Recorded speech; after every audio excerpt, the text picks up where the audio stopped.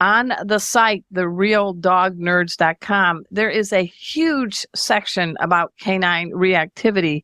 And what I love is that you actually do it by zones of color.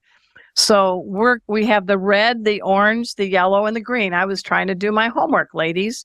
So let's talk about what are characteristics of red and orange zones, Dr. Lisa, and then Mindy, you get the yellow and the green. How's that? Very colorful. What's a red zone when it comes to dog reactivity, Dr. Lisa? So, Mindy took our stress ladder that we have. We have this kind of stress diagram from our course, and she put it into these wonderful schematics with images that you can find on our website on therealdognerds.com. So that you want to stay in the Mindy zone, the yellow and the green with your dog. You do not want to be in my zone, right? That orange and red. Right. The red zone is how you feel when you're out of control. So think of it that way and we'll apply it to your dog. For example, you're driving to work and you have to drop your child off at school. Your child didn't get up. You're late for work. Okay. Now you get your kid to school and there's a huge accident. Now you're more late for work, but you remember that you were overcharged on your cell phone bill. So you say, I'm going to call the company. From the car, I'm sitting in traffic. It's a parking lot on the turnpike. You call the company. They transfer you 3 times. They disconnect you and you call back. Think of your mental state when you call back. You're taking somebody's head off. You don't even care if they're nice, right? You're out of control. That's the red zone. So when your dog is in the red zone, it's too late. You need to go home. You need to do whatever you can do to get your dog out of the situation. There is no learning that's occurring. You cannot make it better except to get out or distract your dog so you can get out. Orange zones, we're going from worst to best. Orange zone is kind of just before the red zone where you might have a chance of getting your dog to turn away from something with food or with a toy. But if you don't act right now to get your dog out of the situation, it is going to be a really negative experience. And before I turn it over to Mindy, I just want to say, look, learning is always occurring and emotional learning can be really lovely and it can be really horrible. And the emotional learning that occurs in the orange and the red zone is that bad kind of learning where the dog learns that that reaction is the only way. It's the only way to interact with that stimulus. So we never want to be in the orange and the red zone. Well put. Well put. Now let's go on the improvement path. Take over, Mindy. Tell us briefly what's characterized by a reactive dog that may be in the yellow zone and please, the green zone. Okay. So I'd like to actually start in green and then meet Lisa and orange. Okay. So the green zone is that dog who is out on a walk or wherever they may be, is calm, is relaxed, is sniffing, is taking treats, is listening to cues that the owner might give it. It's really just zen. Okay. That's where we all want to be, right? When we're having a great day, this is us in the green zone. Nothing is bothering us. A few minor issues that come up, we handle them.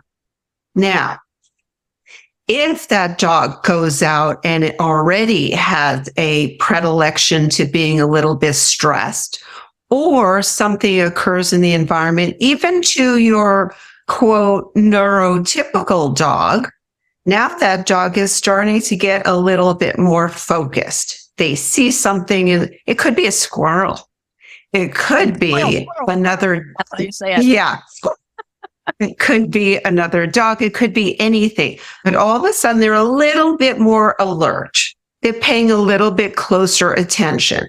They're still taking treats. They're still listening. Perhaps, though, their listening skills are a little bit slower.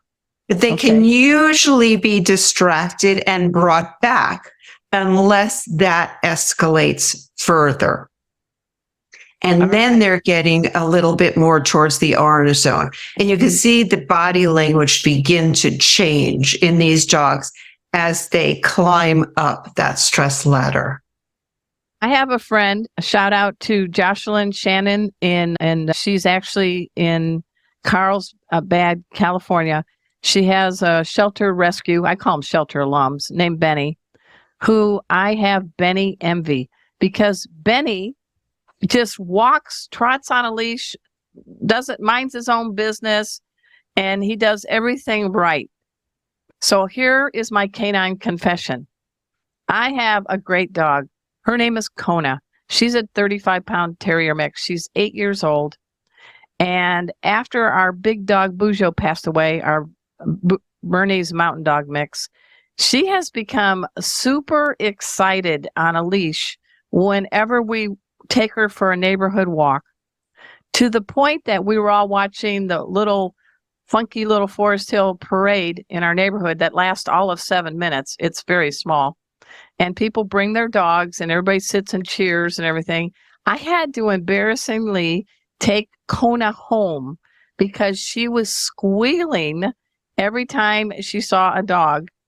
And yet this is the same dog who's a therapy dog, who teaches pet first aid with me, who can walk into What a Great Dog training center and mind her manners, mind her business with other dogs all around her.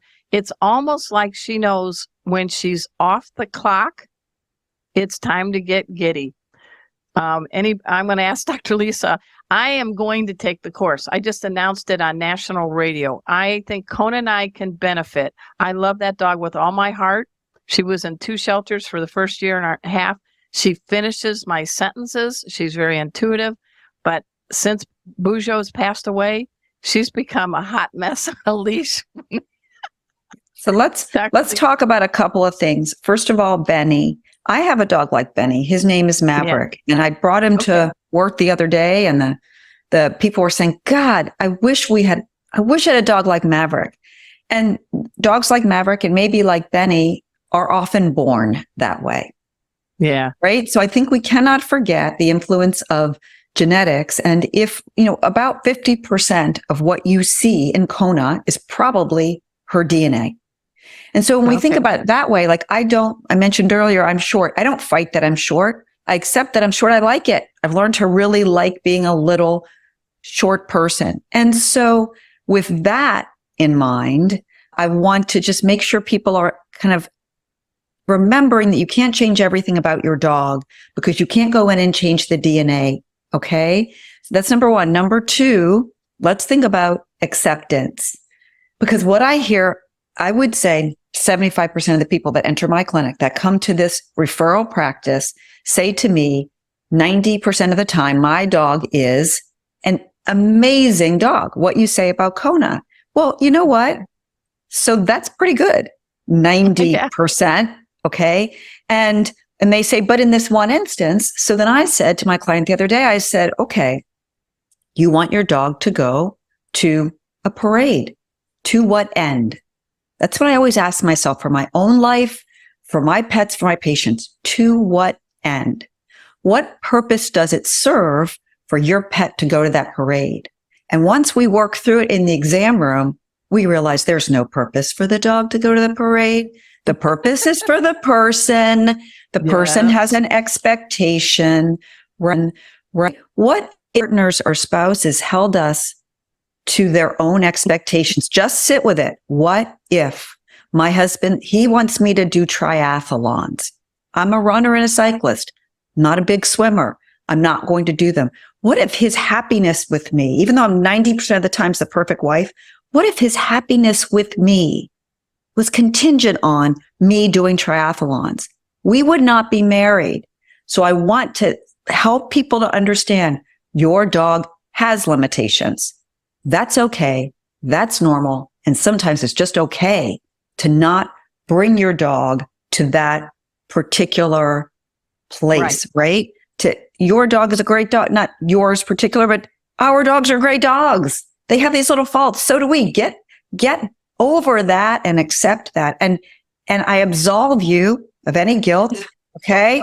and not taking your dog to the dog park, the dog beach, the coffee place, a parade, if it doesn't bring your dog joy and happiness. Perfect.